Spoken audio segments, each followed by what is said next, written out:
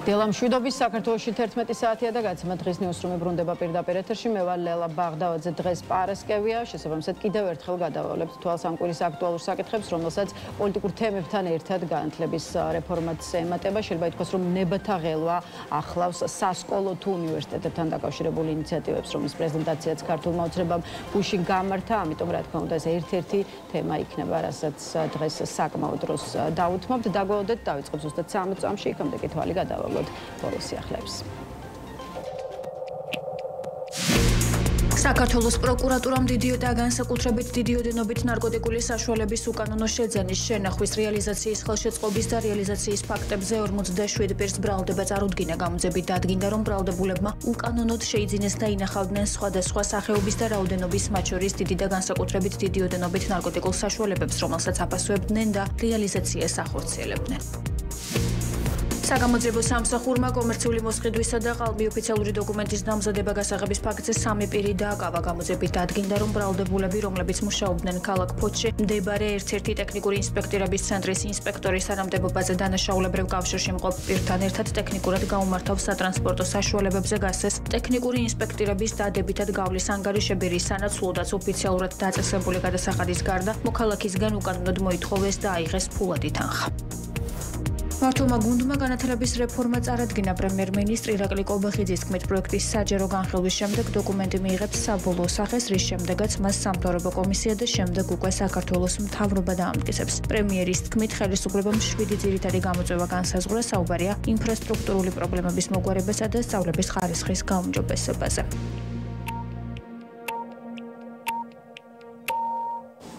მაშასე ეს არის დღის ნიუსრუმი. კიდევ ერთხელ მოგესალმებით და წარმოგიდგენთ ჩვენს პირველ სტუმარს, ლელო ძლიერი საქართველოს საგარეო მდივანი გრიგოლ გეგელია. ჩვენთან ერთად გამარჯობა ბატონ გრიგოლ და მადლობა რომ გვესტუმრეთ. ბატონ გრიგოლ, დღევანდელი გადაცემა უნდა გავხსნათ იმ საგანმანათლებლო რეფორმის შეფასებით, რომელსაც ქართული ოცნება ანონსებს და რომელსაც შეიძლება ითქვას, რომ საზოგადოების გარკვეულ ნაწილში ყოველ შემთხვევაში დიდი ნებათა ღელვა ახლავს. თავად ირაკლი კობახიძე, რომელმაც გუშინ ღამით გამართა განათლების რეფორმის პრეზენტაცია და მთელი რიგი ინიციატივები დაანონსა, ამბობს, რომ ეს არის რადიკალური, მაგრამ პრინციპული ნაბიჯები, რითაც სწავლის ხარისხი მოწესრიგდება, თუმცა განათლების სფეროს ცალკეული სპეციალისტის მხრიდან ისმის მწვავე კრიტიკა, ამიტომ უნდა ვისაუბროთ იმაზე, რა პლუსები და მინუსები შეიძლება ჰქონდეს განათლების თვისობრივად განსხვავებულ სისტემას, რომლის დანერგვასაც აპირებს ქართული ოცნება. ხა ვიდრე კითხვას დაგისვავთ, ძალიან მოკლედ გავაცნოთ მაყურებლებს რამდენიმე ძირითადი ცვლილება, რომლის შემოტანასაც მთავრობა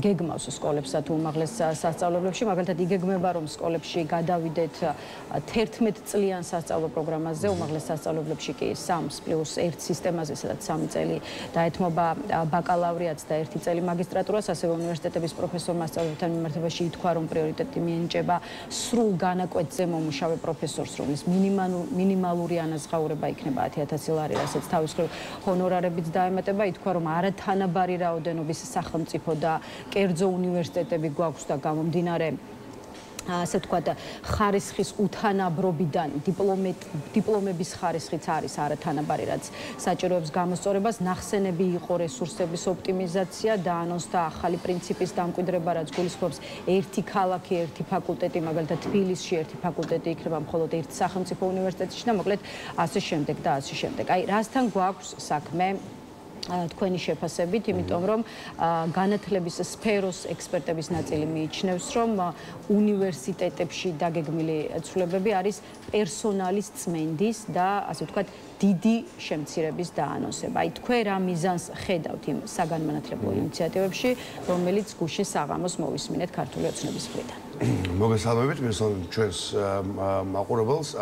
დავიწყებ იმით, რომ მე სრულ რეფორმას ჯერ არ ვიცნობ, თუმცა ვუსმინე დე ფაქტო პრემიერ-მინისტრს, მაგრამ ეს არის საკმაოდ კონცეფცია დავინახო სრული.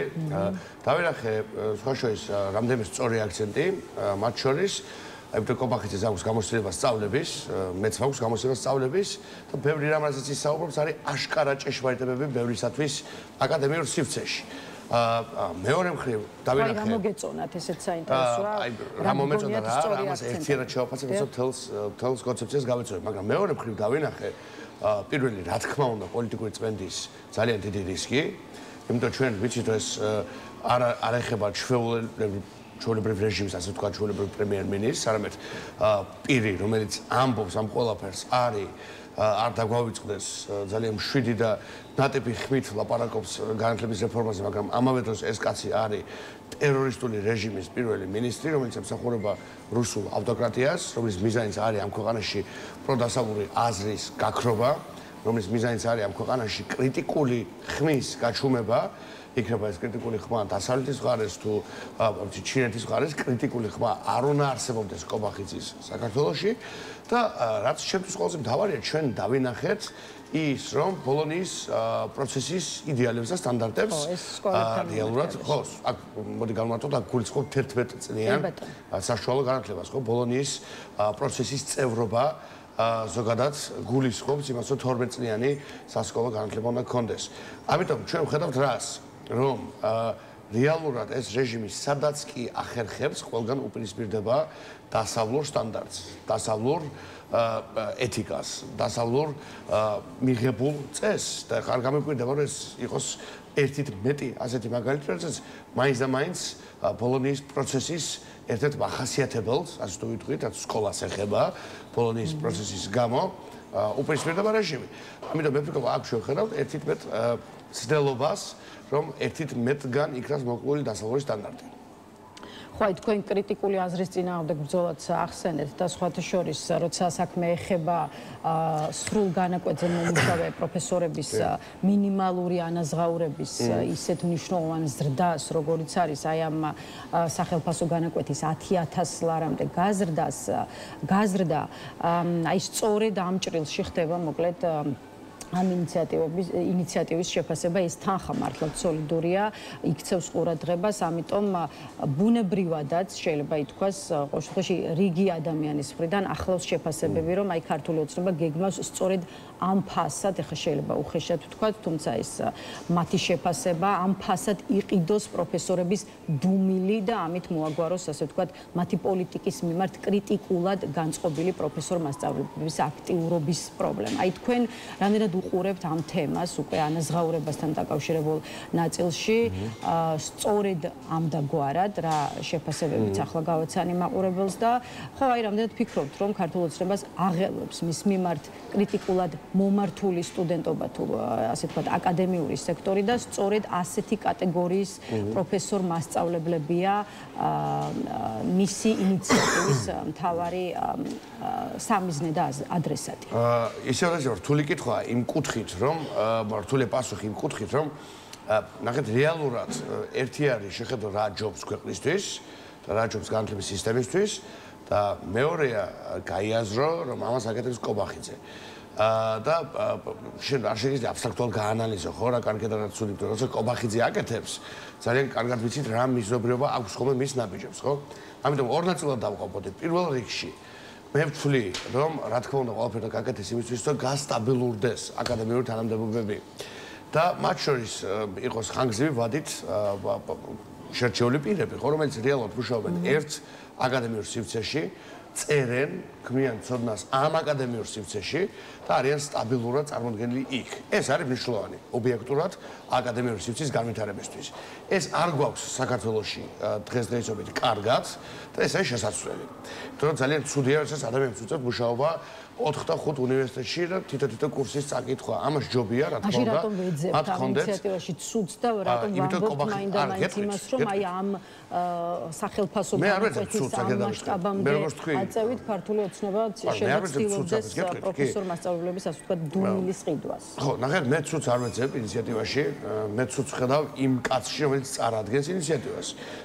ინიციატივაში როგორც გითხარით თავიდანვე მე რასაც ვუსმინე, სწორი აქცენტებიც ჰქონდა მათ შორის იმ მავნებლობებთან ერთად, რომელსაც ის უკვე ალაგ-ალაგ აფენს და ამ მავნებლობებს გამოიყენებს საქართველოს აკადემიის წინააღმდეგ, აქვე ვიტყვი. მაგრამ რაც შეეხება იმას, რომ სტაბილიზაცია არის თუ არ კარგი, ნახეთ, მე ხო თავიდან დავყავე აბსტრაქტულად თუ შევხედავთ სტაბილიზაცია არის კარგი, კონკრეტულად თუ შევხედავთ, ირაკლი კობახიძე ამას გამოიყენებს სათავისოდ. ამიტომ თქვი თავიდან ძალიან რთულია პასუხის გაცემა პოლიტიკურ საკითხებზე, აი პრაქტიკული პოლიტიკის საკითხებზე, ანუ პოლისის საკითხებზე. რატო? იმიტომ რომ რაღაცა შეიძლება ჟღერდეს როგორც სწორი და იყოს აბსტრაქტულად სწორი და ვიმეორებ. ის რომ განათლების მიმართულებაში მეტი სტაბილურობა გავაჩინოთ, ეგ ჩემი აზრით და ჩემი გამოსვლებით არის სწორი, მაგრამ ის რომ ირაკლი კობახიძე გვიანონსებს ამას და ვიცით ირაკლი კობახიძე რას გააკეთებს, ეს არის რა თქმა უნდა საფრთხის შემცველი, იმიტომ რომ ირაკლი კობახიძე არის ის ადამიანი, რომელიც ყველგან აჩუმებს კრიტიკას, რომელიც დაასდევს ნიღბებს, აქტივისტებს, ჟურნალისტებს, თავისუფალ აზრს. შესაბამისად, როცა ირაკლი კობახიძე გეტყვის ამას, აი ამას მინდა ხაზი გაუსვა.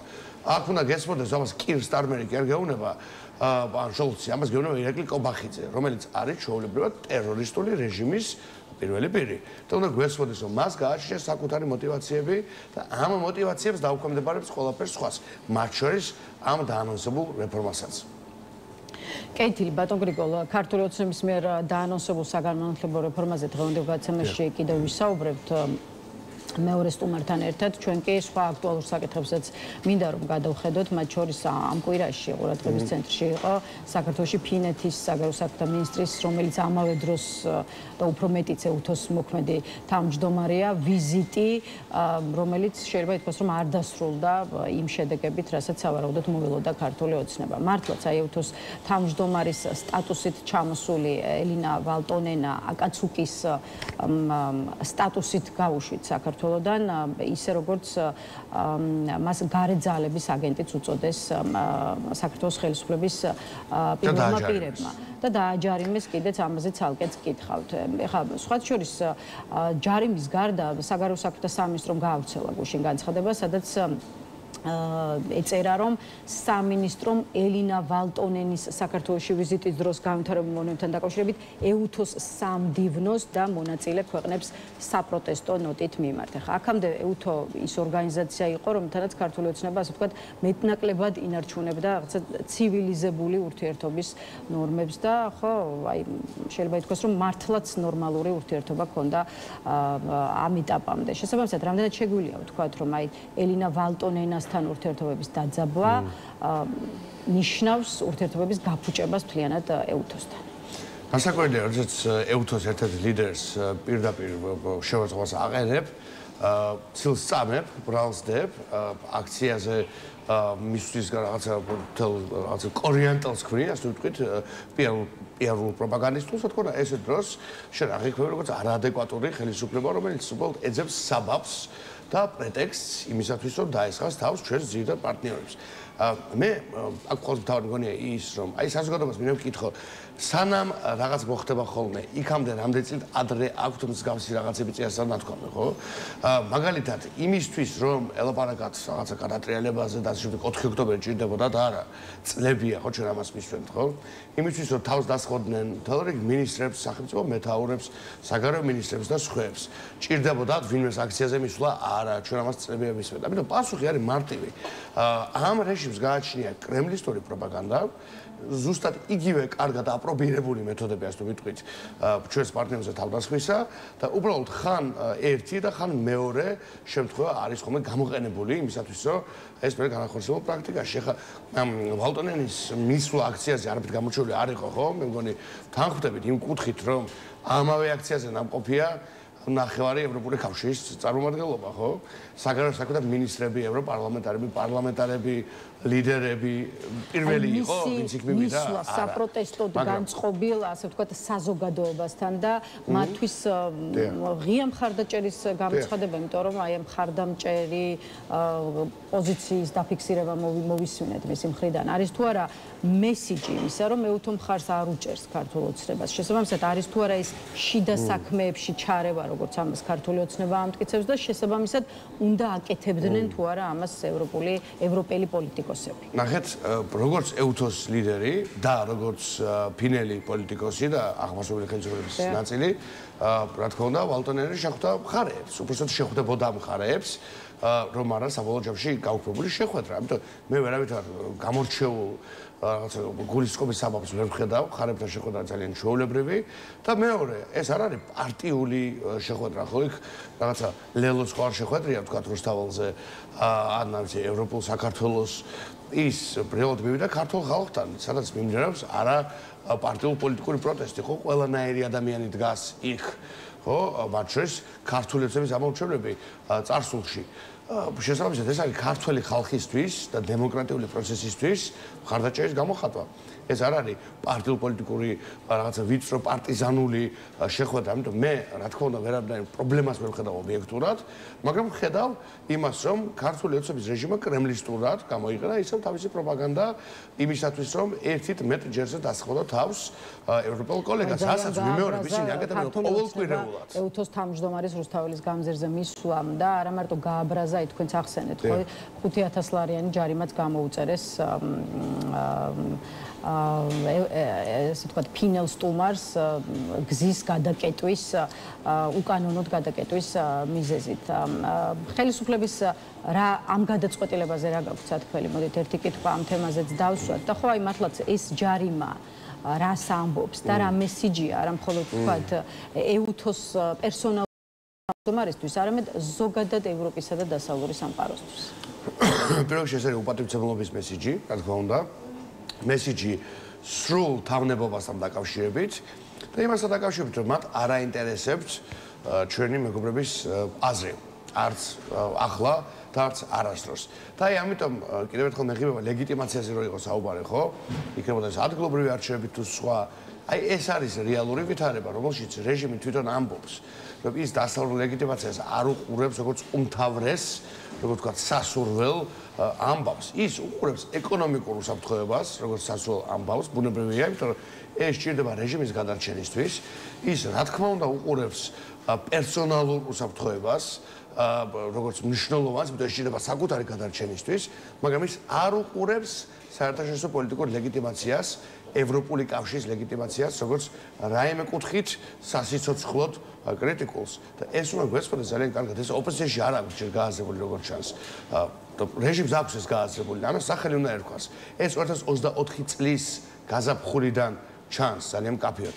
და მე მახსოვს, რომ ჩვენი საერთაშორისო დამკვირვებლებისთვის მაქვს ნათქვამი არჩევნებამდე, რომ მათ შეცვალეს საგარეო ღერძი, მათ შეცვალეს ლეგიტიმაციის ეკონომია, ისინი აღარ უყურებენ რეალურად თქვენს ლეგიტიმაციას როგორც უმთავრეს ამბავს და გახსოვდეთ, რომ არჩევნებს ჩაატარებენ კატასტროფულად ცუდად, რაც მოხდა ასე, ხო? იმიტომ მათ ჯერ ღერძი გამოცვალეს ძალიან ეფექტიანად, იმიტომ რომ რუსეთის საგარეო დაზვერვა ეხმარება ამ ყველაფერში, ჯერ მთლიანად რელსები შეცვალეს, მათ შორის ლეგიტიმაციის რელსები შეცვალეს და ყველაფერი დაამყარეს არა ლეგიტიმაციაზე, ანუ ნდობის მანდატზე, მოწონებაზე, იმაზე თუ ვინ რას იფიქრებს, არამედ პოლიციურ სახელმწიფოზე რეალურად, არა, რომელიც არის ალტერნატივა ნდობაზე აშენებული დემოკრატიული დღის წესრიგისა. ამიტომაც მე ვფიქრობ ისევ და ისე რომ ეკონომიკური და პერსონალური რეჟიმის უსაფრთხოების საკითხების გარდა, მათ ჩემი აზრით, ჩემი მოგზაურებული აზრით, არ აინტერესებს საერთაშორისო ლეგიტიმაციის ფაქტორები. ამავე დროს და ერთის მინდა ვთქვა, ამავე დროს და მე ვფიქრობ ეს კობახიძემ უნდა იცოდეს კარგად სავარაუდოდ, შემოსვლო, მაგრამ კობახიძემ უნდა იცოდეს, ისინი აკეთებენ განაცხადს ეგრეთ წოდებულ ლეგალისტურ ავტოკრატიაზე, ხო? ან ავტოკრატიულ ლეგალიზმზე. ასე თუ ვიტყვით, ეს არის ტერმინი, რომელიც აღწერს ჭყალებში კანონით მოქმედ ავტოკრატიას, ხო? აი ორბანის მსგავსი ლუკაშენკოს ძიმე ელემენტებით, ხო? იმიტომ რომ ორბანს არ ყავს პოლიტპატიმრები და ქალებს და ჟურნალისტებს არ და ბავშვებს არ დაძდევს ქუჩაში ტიტუშკებით, ხო? განსხვავებით პრემიერ ტიტუშკა კობახიძისგან. მაგრამ ის იყენებს ჭყალებში კანონებს, რომელსაც თვითონ წერს, იმისთვის, რომ სახელმწიფო რესურსები, სახელმწიფოს პოლიტიკური გავლენები და სხვა მიუერთოს პარტიის ფიდეშის გავლენებს. ეს განაცხადია ექსპერტების ნაწილი, იგივე პარლამენტის მიერ გუშინ მეორე და მესამე მოსმენით დამტკიცებულ საკანონმდებლო ინიციატივებს პარტიების აკრძალვის შესახებ თუ მანიფესტაციებთან დაკავშირებულ წესებთან დაკავშირებით, რაზეც სხვათა შორის მინდა რომ ვისაუბროთ, თუმცა იქამდე ბატონ გრიგოლა, აი ბოლო კითხვა ეუთოს თავმჯდომარის თბილისში ვიზიტთან მიმართებაში და ამით ეს თემა შევაჯამოთ. იმას რაც თბილისში ეუთოს თავმჯდომარის ვიზიტს და მის განცხადებებს მოყვა, თავად ეუთოს თავმჯდომარე სოციალურ ქსელში პოსტით გამოეხმაურა გულშინ. ელინა ბალტონენი კვლავ იმეორებს, რომ საქართველოს მომავალი მხოლოდ ქართველი ხალხის გადასაწყვეტია, ხოლო იმისთვის ხალხმა შეძლოს, იმისთვის რომ ხალხმა შეძლოს ამ უფლების გამოყენება, მათ სიტყვის თავისუფლება და თავისუფალი და სამართლიანი არჩევნები სჭირდებაო, თუმცა კიდევ ერთი ის ირაკლი კობახიძეს ასეთი მესიჯით მიმართავს, ფინეთში გიწევთ, რათა შეხვდეთ თავისუფალ მედიას და თქვენთვის სასურველ დემოკრატიას დააკვირდეთ. ეუბნება მოკლედ ეუთოს თავმჯდომარე კობახიძეს, რომელიც ამავე ამავე დროს ბოდიშსაც იხდის საქართველოს პრემიერის მიმართ, რომ თბილისში მათი შეხვედრის გაუქმება გრაფიკის ცვლილების გამო მოუწია. ანუ ამ მესიჯითაც ეუთოს თავმჯდომარე კიდევ ერთხელ ასე ვთქვათ უშრომს ხაზს, რომ კობახიძესთან შეხვედრა ჩაიშალა არა კობახიძის ინიციატივით, არამედ მისი გადაწყვეტილებით, რომელიც იყო დაკავშირებული გრაფიკის ცვლილებას. მარტივად, შეაფასეთ ის საპასუხო რეაქცია და გზავნილები, რითაც ქართული ოცნების ხელისუფლებას და პერსონალურად ირაკლი კობახიძეს გასცა პასუხი ეუთოს თავმჯდომარემ. მე რომ ირაკლი კობახიძე ვიყო, ამის საკითხის შემდეგ ფინეთის ყურეში გადავხდებოდი. ისეთი კატასტროფული სირცხვილი არის.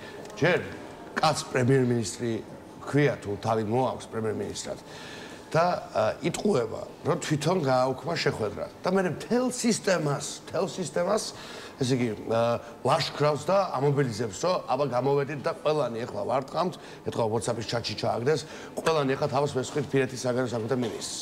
წარმოიდგინეთ. ხო? და ყველანი ვამბობთ, რომ პრემიერმა გააუქმა შეხვედრა და რა მაგარი კაცია.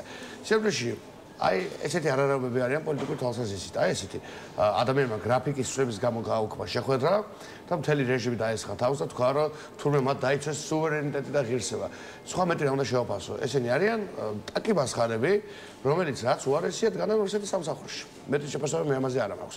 მე ვფიქრობ, ქალბატონმა ვალტონენმა ძალიან დიდი სიმაღლე დაიკავა და ძალიან ცივილიზებულად და სოლიდურად უპასუხა პოლიტიკურ არარაობებს სახელად ქართული ოცნება.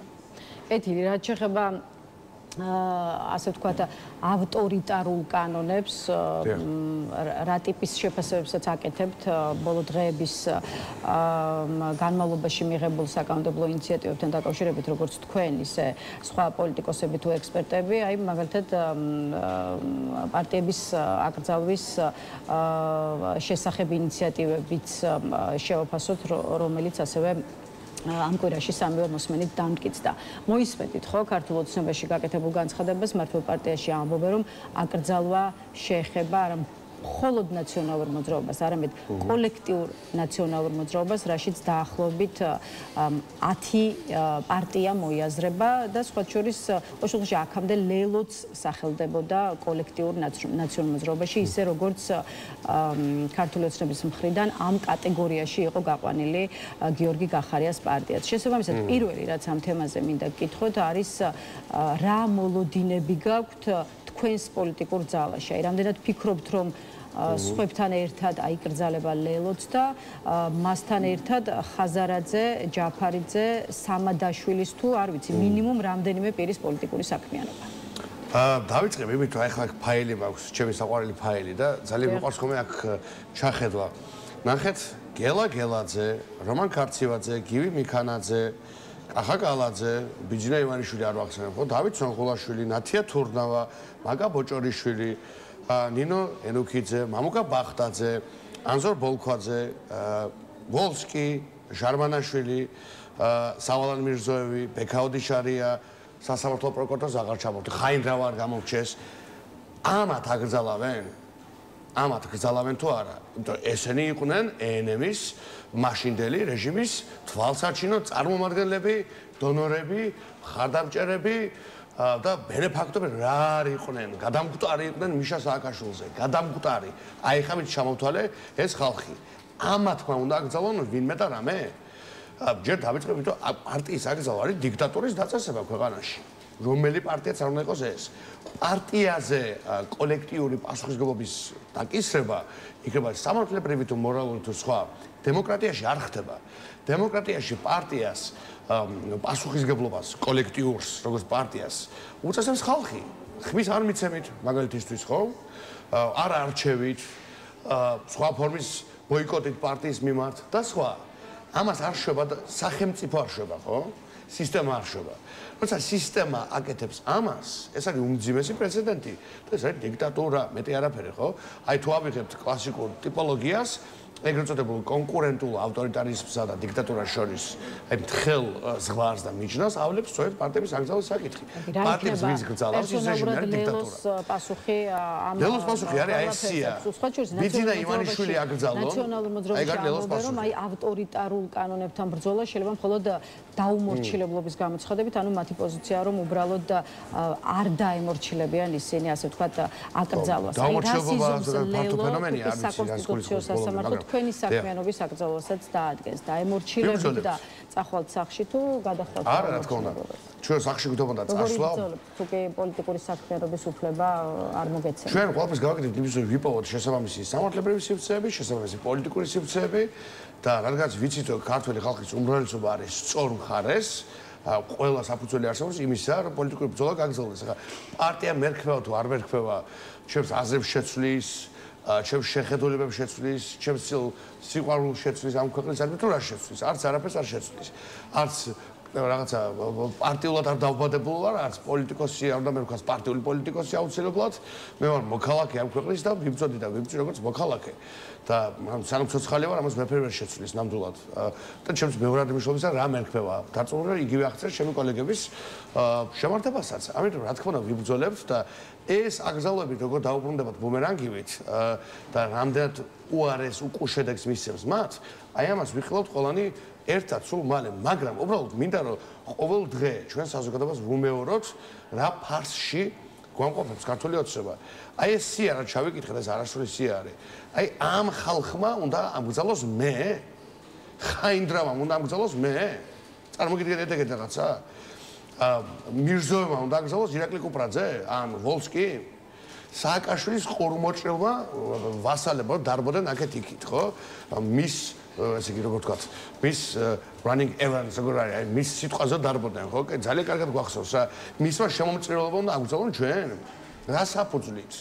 ან რა საფუძვლით შეიძლება საერთოდ პარტია აკრძალონ ნებისმიერი ერთი, თუნდაც იგივე ენემი, ხო? როგორ კოლექტიური პასუხისმგებლობა ხალხმა შეიძლება დააკისროს, ეს დიქტატურაა.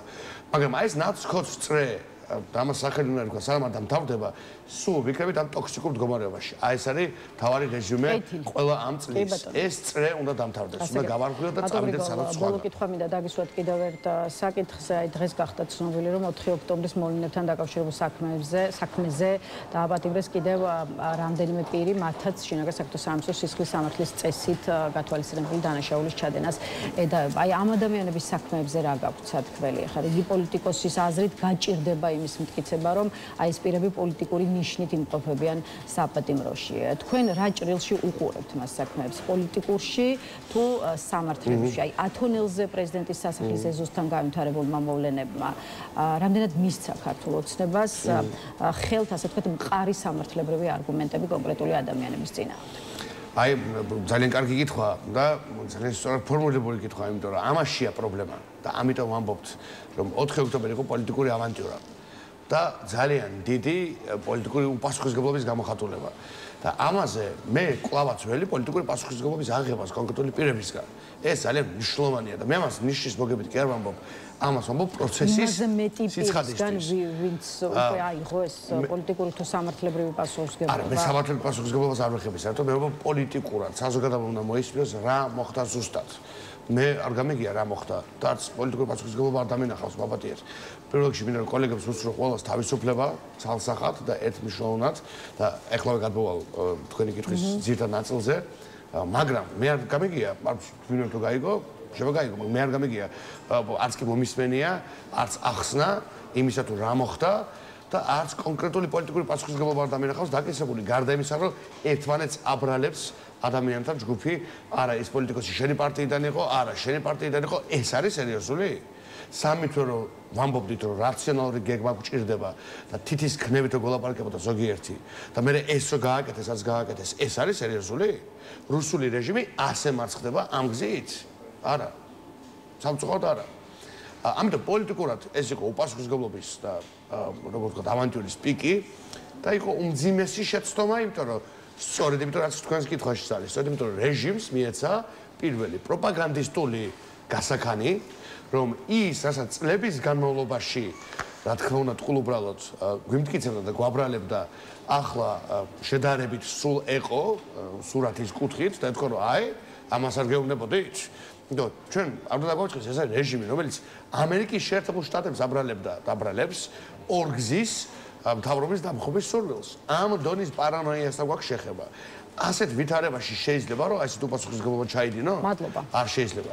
რა შეიძლება სამართლებრივ მხარეს ამასაც უპასუხებ, რა თქმა უნდა, მანამ სანამ არ გვაქვს მართლმსაჯულება ქვეყანაში, ყველა ის პირი, რომელიც პოლიტიკური მდგენელით იმყოფება პატიმრობაში, ყველა ეს პირი არის პოლიტპატიმარი, იმიტომ მარტივია მან პასუხი, ძალიან მარტივია. მიშა სააკაშვილი პოლიტპატიმარი მგონია იმიტომ, არა იმიტომ რომ ანგელოზია და არაფერი დაუშვები არასდროს მას და მის რეჟიმს არა და ეს მე მithkom ძალიან ბევრჯერ. იმიტომ რომ არ შეიძლება რომ ბადრიკო ჭლამაზიშვილმა იმსჯელოს ამაზე. მისივე კლანის ერთ-ერთმა წევრმა, მის მიერ შექმნილმა ერთ-ერთმა არ შეიძლება რომ მურუშიძემ იმსჯელოს ამაზე. აი თავისუფალი სასამართლო იმსჯელებს, გინდა მიშა სააკაშვილი ჩასვას, გინდა გრიგოლ გეგელია ჩასვას და აღარ იქნება საჯარო დებატის საგანი, პოლიტიკური დებატის საგანი არ უნდა იყოს ვინ რატო ზის ციხეში. უნდა ვიცოდეთ ვინ რატო არის პატიმრობაში, რატო არ არის პატიმრობაში. აი ეგ არის სახელმწიფო, რომელსაც მე ვოცნებო პირადად. მადლობა იმისთვის რომ იყავით ჩვენი სტუმარი და უპასუხეთ ჩვენს კითხვებს.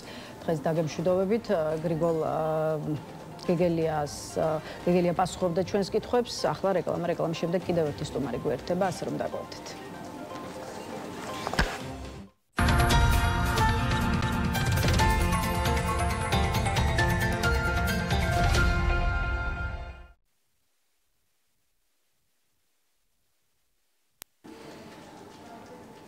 მაშასე რეკლამა დასრულებულია, ბრუნდებით პირდაპირ ეთერში და გვერდება ჩვენი კიდევ ერთი სტუმარი, პარტია თავისუფლების მოედნის ერთ-ერთი ლიდერი ლევან შატბერაშვილია ჩვენთან ერთად. გამარჯობა ბატონ ლევან და მადლობა რომ შემოგვიერთით. პირიქით, დიდი მადლობა.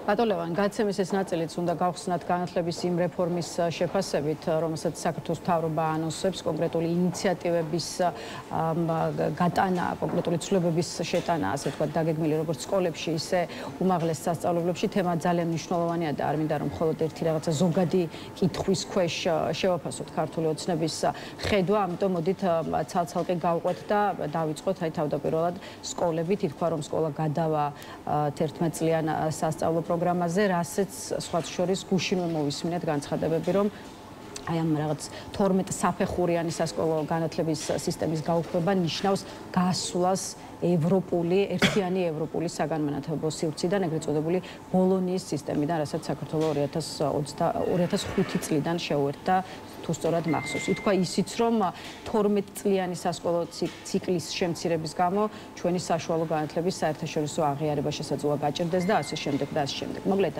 გვითხარით უფრო მეტი, აი რა პრობლემებს ქმნის თქვენი აზრით ინიციატივა, რომელიც სკოლებთან მიმართებაში შემოაქვს ქართულ ოცნებას, თუ კი რა თქმა უნდა ხედავთ, რომ ქმნის ეს ხედვა პრობლემას და მეორე მხრივ რითი შეიძლება აიხსნას სურვილი საქართველოს გავიდეს აი რაღაცა განათლების ერთიანი ევროპული სივრციდან.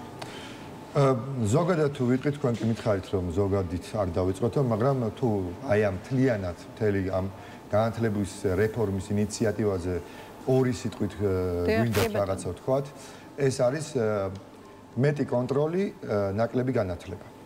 თავისთავად უკვე ეტყობა ამ ყველაფერს ნებისმიერ ეტაპზე, გინდ თავად სკოლის ეტაპზე, ასევე უნივერსიტეტის ეტაპზე. რაც შეეხება თავად სკოლის აი ესეთ შემცირებას, სკოლის კლასების ასეთ შემცირებას, ეს ძალიან ცუდია.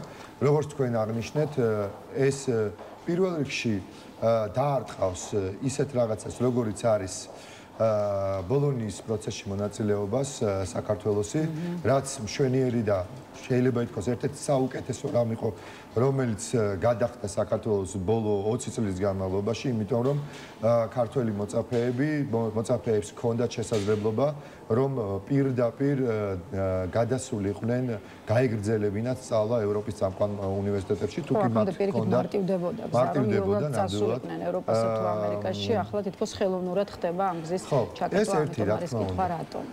და ეს იქნება ძალიან ცუდი ნამდვილად, იმიტომ რომ მთლიანად მთელს ევროპაში ეს არის ერთ-ერთი უმთავრესი მოთხოვნა და ვთქვათ გერმანიაში ისეთ ქვეყანაში, სადაც ძალიან კარგი განათლების სისტემა აქვს, გერმანიაში მაგალითად არა მხოლოდ 12 წელი არის სასწავლო პროცესი მიმდინარეობს სკოლაში, არამედ 13 წელი და უნდა ითქვას, რომ ეს 13 წელი არის მართლაც ძალიან მაღალი დონის სწავლება, ბავშვები, რომლებიც გამოდიან სკოლიდან და ამთავრებენ, ისინი გამოდიან ძალიან მაღალი ცოდნით. მაგალითად, ხშირად შეიძლება, რომ ისეთი ფუნდამენტური ცოდნაც კი გამოიტანონ, როგორც არის ლათინური ან ძველი ბერძნული სწავლა. მაგრამ ამას თავი რო დავანებოთ, აქ მეორე საკითხი არის, რაც ძალიან მნიშვნელოვანი მომენტია. სკოლის პოლიტიზირებას ახდენენ უფრო სწორედ, შეიძლება ითქვას, შემდეგი ნაბიჯი იქნება იმისათვის, რომ სკოლა გაანეიტრალოს ყოველგვარი პოლიტიკური აქტივობისგან. რაში ჩანს და პირველ რიგში იმაში, რომ მე-12 კლასელების დიდი ნაწილი საკმაოდ დაახლოებით 50000 ბავშვი არის ახალგაზრდა. არა მარტო, ისინი არიან სრულწლოვნები. სრულწლოვანი ადამიანი არის შეიძლება იყოს პოლიტიკურად აქტიური, გარდა ამისა, მას შეუძლია რომ გავლენა მოახდინოს არა მხოლოდ თავის თანაკლასელებზე, არამედ რა თქმა უნდა, ვისთანაც ურთიერთობაში არიან და ეს რეფორმა ამასაც ძალიან სერიოზულად უთხრავს, რომ თქვათ არა მხოლოდ თქვათ ჩამოგვაშოროს ევროპას, არამედ სკოლის როგორც ინსტიტუციის დანიშნულება, რომელიც გულისხმობს თავის თავში იმას, რომ თავის მისი დამთავრებულები გამოვიდნენ მზად იყვნენ მოქალაქეობისთვის, აი ეს ფუნქციაც გააქრონ, შეიძლება ითქვას და საერთოდ მთლიანად ჩაიკეტოს აი ამ ძალიან საბჭოთა სტილის სასკოლო მმართველობაში. მეორე რაც გუშინ ახსენეს ზუსტად აი ამ სკოლასთან დაკავშირებით, მათ თქვეს, რომ აი საბჭოთა განათლების სისტემა საკმაოდ კარგი იყო და 11 წელს სწავლობდნენ და არაფერი არ დაშავდება ამითი, ხო? ჯერ იქიდან დავიწყოთ, რომ ადამიანები, რომლებიც ყოველ მეორე სიტყვაში თავიანთ ოპონენტებს ბოლშევიკებს ეძახიან, ახლა ბოლშევიკების სკოლას აქებენ. ნუ რამდენად ლოგიკურია ეს თავად განსაჯეთ. მეორე არის ის, რომ როდესაც ამაზე ვლაპარაკობთ, არ არის სწორი ამგვარი განსაზღვრება. იმიტომ რომ საბჭოთა სკოლა ჯერ იყო 10 კლასიანი და მან განივითარა თავისი თავი და გახდა 11 კლასიანი. და ჩვენ კი პირიქით ვაკეთებთ იმის მაგივრად, რომ ჩვენ დავნერგოთ უკეთესი სკოლა, უფრო მეტი მაღალ კლასებში ავწიოთ განათლების დონე, აი როგორც თქვი, რომ თქვა გერმანიაში იქნება ეს თუ სხვა ქვეყნებში, ევროპულ ქვეყნებში, ავწიოთ ეს განათლების დონე, ჩვენ პირიქით ქვევით ვწევთ და მე კიდევ ერთ წელს მე-12 კლასის საფეხურს რაც შეეხება, გუშინ თქვა ირაკლი ყობახიძემ ერთ-ერთ მედია საშუალებასთან ინტერვიუში, რომ აი ვისაც ევროპაში სწავლის სურვილი აქვს, შეუძლია ბოლო კლასი თავად გაიაროს უცხოეთის რომელიმე სკოლაში და იქ დახუროს. აი რას ეტყოდით, რას უპასუხებდით ირაკლი ყობახიძემ, თუ ერთი შეხედვით ხა არც ისე მარტივი ჩანს, ხო, რა აი საკუთარი შვილი გაუშვა ახლა მე-12 კლასში რომელიმე ქვეყანაში. დიახ, აი მაგას ვეტყოდი ზუსტად. ეს ალბათ დიდ ფინანსურ რაღაცა რესურსს ერთად რაღაცა ბიუროკრატიულ პროცედურებთანაც იქნება დაკავშირებული, ხო? რას უპასუხებდით ეს ერთი და აქვე ირაკლი ყობახიძე აი ამ პოლიტიკას, რაც ქართულ ოცნებას შემოაქვს სკოლებთან მიმართებაში, ხსნის იმით, რომ რაც შეიძლება მეტი, ასე ვთქვათ, ახალგაზრდა წავიდეს უცხოეთში დასარჩენად, იმიტომ რომ მისი ინფორმაციით ბავშვები, რომლებიც ევროპაში და ამერიკაში იღებენ განათლებას, როგორც წესი, მათი დიდი ნაწილი, საკმაოდ დიდი ნაწილი იქ აგრძელებს სამომავლო ცხოვრებას. რამდენად გამართლებული შეიძლება იყოს სახელმწიფოს ეს პოზიციაც, რომ მომავალი თაობა უნდა დარჩეს საქართველოში?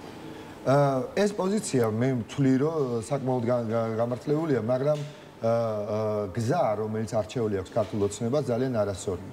როდესაც ვინმე მიდის უცხოეთში სასწავლებლად და მერე იქ რჩება არა უბრალოდ იმის გამო, რომ მას ამგვარი ხუშტური აქვს, არამედ იმის გამო, რომ მას შემდეგ რაც იგი მიიღებს კარგ განათლებას თავის იმ ქვეყანაში, სადაც არის, მას შეუძლია რომ ძალიან კარგი და მაღალანაზღაურებადი და მშვენიერი სამუშაო იშოვოს.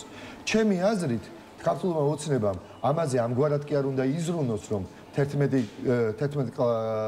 კლასამდე დაიყვანოს სწავლა. არამედ იმით უნდა იზრუნოს, რომ კარგი უნივერსიტეტები გააკეთოს, უკეთესი ეკონომიკა გქონდეს და ადამიანების რაოდენობა საქართველოში სიღარიბის ზღვარს მიღმა 9 მილიონზე, ანუ 600,000-ზე მეტი არ უნდა იყოს. აი ეს არის მარტივი პასუხი. რაც შეეხება კითხვის პირველ ნაწილს, რომელიც თქვენ მითხარით, ეს არის შემახსენოთ ზუსტად რა იყო, რომ მითხრათ პირველი ნაწილი. მე-12 კლასის გავლა და დახურვა. ხო, კი ისევ და ისევ, კი, ისევ და ისევ რომ დაუბრუნდეთ, ეს ძველი ანეკდოტი იყო სხვათა შორის, რომ თუ კი სახში არაფერი არ აგაქვთ, ჩადით სარდაფში და ამოიტანეთ გოჭი და შავი ხიზილალა. დაახლოებით ესეთ რაღაცას ამბობს ქართული ოცნება. თუ თქვენ გინდათ რომ თქვენმა შვილმა ისწავლოს მე-12 კლასშიც, აიღეთ და გაუშვით ოქსფორდში, ან ინგლისში, ან საფრანგეთში სასწავლებლად. ანუ ეს შეიძლება ითქვას ძალიან დაბალი დონის დემაგოგიაა, ჩემი აზრით, იმიტომ რომ უბრალოდ ქართველ ადამიანს და ადამიანების უმეტესობა საქართველოში არ აქვს იმის შესაძლებლობა, რომ ევროპის წამყვან უნივერსიტეტებში ესე პირდაპირ გაუშვას და სკოლაში გაუშვას და იქ ასწავლოს. იქ კიდევ რამხელა ბიუროკრატიული და პრობლემებია გარდა ამისა. მაშინ მითხრან უკაცრავად რა, ბოდიში, თქვა მაგალითად გერმანიაში რო წავიდეს ბავშვი სასწავლებლად უკაცრავად დავასრულებ, იმიტომ რომ მნიშვნელოვანი მგონია, რომ გერმანიაში რო წავიდეს ბავშვი სასწავლებლად, იქ უნდა ჩააბაროს მან გერმანული ენის სერტიფიკატი უნდა მიიღოს. რამდენ სკოლას აქვს ამის შესაძლებლობა საქართველოში? ერთს. კი ბატონო, კითხვები ნამდვილად ლეგიტიმურია, ბატონლევან, რაც შეეხება უნივერსიტეტებს, აქ კიდევ უფრო მეტი ნაბიჯის გადადგმას გეგმავს ქართული ოცნების ხელისუფლება, მათ შორის დაგეგმილია გადასვლა 3+1 სისტემაზე. ითქვა, რომ გვაქვს 19 სახელმწიფო და 45 კერძო უნივერსიტეტი, ხოლო გამომდინარე სწავლის ხარისხიდან მათი დიპლომების ხარისხიც განსხვავებული, ამიტომ ეს უნდა გამოსწორდესო და კიდევ ერთი გვინდა დავამკვიდროთ მკაფიო პრინციპი, ერთი ქალაქი, ერთი ფაკულტეტი, მაგალითად თბილისში ერთი ფაკულტეტი იქნება, მხოლოდ ერთ სახელმწიფო უნივერსიტეტშიო, ამბობს კობახიძე, რომლის თქმითაც დამატებით დაახლოებით 200,000 სტუდენტი, უпроსოდ 20,000 სტუდენტის მიღება უნდა შეძლოს ქუთაისმა, ისე როგორც ახალი ინფრასტრუქტურა უნდა შეიქმნას მაგალითად რუსთავში. აი ამ ყველაფერს როგორ უყურებთ, ანუ როგორ უყურებთ უკვე უნივერსიტეტებთან დაკავშირებულ რეფორმას და განსაკუთრებით მაინტერესებს სხვათა შორის რას უნდა ნიშნავდეს საუბარი იმაზე, რომ ამდენი კერძო უნივერსიტეტი შეიძლება არ იყოს საჭირო. აი ეს რამდენად გვაფიქრებინებს, რომ შესაძლოა მიზანი იყოს კერძო უნივერსიტეტების მინიმუმ ნაწილის ასე ვთქვათ დახურვა. კერძო უნივერსიტეტებთან ასეთი კონკრეტული არ ყოფილა ბატონი კობახიძე, შეიძლება ითქვას, თუმცა რაც შეეხება ჩვენ შეგვიძლია რაღაცები ვივარაუდოთ, რა თქმა უნდა. მაგრამ მოდით დავიწყოთ იმით, რომ ვთქვათ რა ხდება, ხო, ანუ როგორც გადაცემის დასაწყისში ვთქვი, პრინციპი არის მეტი კონტროლი, ნაკლები სწავლა, ნაკლები განათლება. რეალურად, ხო, ანუ რეალურად თუ კარგად დავაკვირდებით, ჩვენ ყველამ ვიცით, რომ სწავლას და ადამიანმა რომ რაღაც უნარები შეიძინოს, საკმაოდ დიდი ხანი ჭირდება. ანუ ჩვენ ვამცირებთ ამას 3 წლამდე, შეიძლება ვიღაცამ თქვას, რომ ევროპაშიც არის მსგავსი მაგალითები, თუმცა ევროპაში ამ მსგავსი მაგალითების დროს შეგვიძლია ვთქვათ, რომ სტუდენტების უდიდესი პროცენტი, 90%-ზე მეტი 3 წელიწადში ვერ ახერხებს უნივერსიტეტის დამთავრებას. ეს ერთი, მაგრამ მეორე ძალიან მნიშვნელოვანი რამე არის, რომ აქ პირველ რიგში ხდება ფინანსური მომენტი ასრულებს ძალიან დიდ როლს, იმიტომ რომ ფინანსურზე თუ დავფიქრდებით, ეს არის რაც უფრო ნაკლები დრო იქნება, ნაკლები ფული დაეხარჯება სახელმწიფოს, ანუ როგორც მაგისტრატურის საფეხურზე, ასევე ბაკალავრიატის საფეხურზე, მაგრამ ამ ესეთი ეკონომია რამდენად მოუტანს სიკეთეს ჩვენ სტუდენტებს, ეს მეორე საკითხი და მე მგონია რომ ვერ მოუტანს. თავად ევროპის გამოცდილებაც ამას გვეუბნება, როგორც ცოტა ხნის წინ გითხარით, ხო? ეს ერთი. ხო, აი მეტი კონტროლის ნაწილზე. მეტი კონტროლის ნაწილზე აქ ძალიან მნიშვნელოვანი მომენტია, თქვენ არ გიხსენებიათ ერთი რაღაცა, როდესაც მათ თქვენს უბრალოდ კონკრეტულად ცოტა რომ დავკონკრეტდეთ, ახლა რომ ერთი ქალაქი, ერთი ფაკულტეტი, ხო? ამას გარდა მათ თქვენს რომ მიმართულების ხელმძღვანელები იქნებიან და პროფესორებს ექნებათ 10,000 ლარი ხელფასი დაახლოებით. ეს ძალიან კარგად შეიძლება ჟღერდეს და მეც ნამდვილად მინდა რომ ქართულ პროფესორს ჰქონდეს 10,000 ლარიანი ხელფასი, ეს ბედნიერება იქნება ყველა ჩვენთაგანისთვის, რა თქმა უნდა, მაგრამ ერთი რაღაცა არის, რომ ისინი აპირებენ, რომ შეიქმნას ერთი ფაკულტეტი, ერთი მიმართულებით, მაგალითად, ერთი იურიდიული სკოლა არსებობდეს მთელ საქართველოში, ერთი ეკონომიკური სკოლა არსებობდეს და ასე შემდეგ და ასე შემდეგ და მის ქვეშ იქნება ყველა, ვთქვათ, ასისტენტ პროფესორი, იუნიორ პროფესორი, ნებისმიერი სხვა თანამდებობა აი ამ ხელმძღვანელის ქვეშ იქნება დაქვემდებარებული, იგი გააკონტროლებს ყველას და შეიძლება ითქვას პარტიულად ლოიალური ადამიანების დანიშნას აპირებენ უნივერსიტეტებში. რაც, რა თქმა უნდა, კატასტროფა იქნება, იმიტომ რომ ისინი გააკონტროლებენ იმას, თუ რას და როგორ ასწავლიან, ეს ერთი, მეორეც უნივერსიტეტთა მრავალფეროვნება, რომ თბილისში რამდენიმე სახელმწიფო უნივერსიტეტია, გარდა თბილისის გარდა კიდევ არსებობს ქუთაისის, ბათუმის და ასე შემდეგ უნივერსიტეტები, ეს ძალიან კარგ რამეს აკეთებს ჩვენი ქვეყნისათვის, იმიტომ რომ შეიძლება შეიქმნას სხვადასხვა სკოლები. ხო, ანუ თუ თქვათ მეცნიერებაზე გვაქვს საუბარი, დავფიქრდეთ და გავიხსენოთ თავად ევროპული მეცნიერება როგორ ვითარდებოდა. ჩვენ ვიცით რომ ყველა ქალაქს სხვადასხვანაირი ფიზიკოსების სკოლა ქონდა. ფილოსოფოსებზე არ მაქვს საუბარი, ფრაიბურგში რა ხდებოდა, თუ ჰაიდელბერგში რა ხდებოდა, პარიზში რა ხდებოდა, ხომ?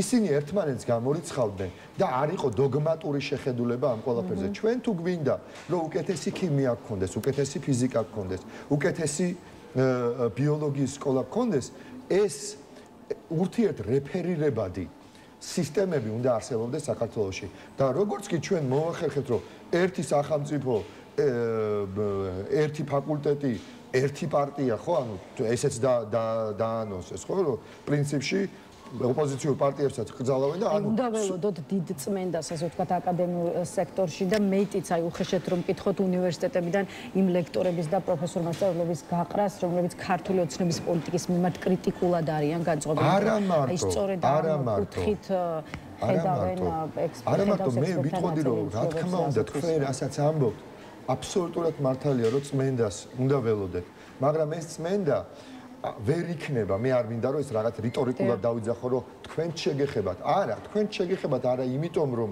თქვათ პოლიტიკურად გაჩვენდით არამედ იმიტომ რომ აქ იქნება პირველი რომ თვითონ სახელმწიფო აპირებს რომ თქვათ იყოს ერთი ფაკულტეტი მაგალითად არსებობს არქეოლოგიის ფაკულტეტი ილიას სახელმწიფო უნივერსიტეტში და არქეოლოგიის ფაკულტეტი თბილისის სახელმწიფო უნივერსიტეტში. თქვენ როგორ წარმოგიდგენიათ, რომ მთლიანად მთელ ფაკულტეტს შეიერთებს, თქვათ, ის ფაკულტეტი, რომელზეც გადაწყვეტს, თქვათ, სახელმწიფო, რომ ის უნდა დარჩეს. ხო, რა თქმა უნდა, არა, ეს კონკურენციაში შევლენ, ისინი ჩათვლიან, რომ კონკურენტები არიან და დიდი შანსია, რომ საერთოდ ადამიანი პოლიტიკურად არ იყოს და ძალიან დიდი შანსი არ იყოს აქტიური და იგი გამოემშვიდობოს სამწუხაროდ თავის აკადემიურ კარიერას. აი ამის გამო. კეთილი ბატონლევან. სამწუხაროდ თემა დიდია, ცოტა გვაქვს და ამიტომ დღეს ასე ვთქვათ ვეღარ ვახერხებთ კიდევ უფრო მეტად გავშალოთ მთავრობის ხედვის პლუსები და მინუსები, ამიტომ დღეს ამით დაგემშვიდობებით, სხვა დროს ერთმანეთს ისევ შევხვდებით. ლევან შატბერაშვილი, პარტია თავისუფლების მოედნის ერთ-ერთი ლიდერი პასუხობდა ჩვენს კითხვებს, დასრულებულია დღეს ნიუსრუმი, დასრულებულია ჩვენი სამუშაო კვირაც, ერთმანეთს უკვე ორშაბათიდან შევხვდებით. ნახვამდის.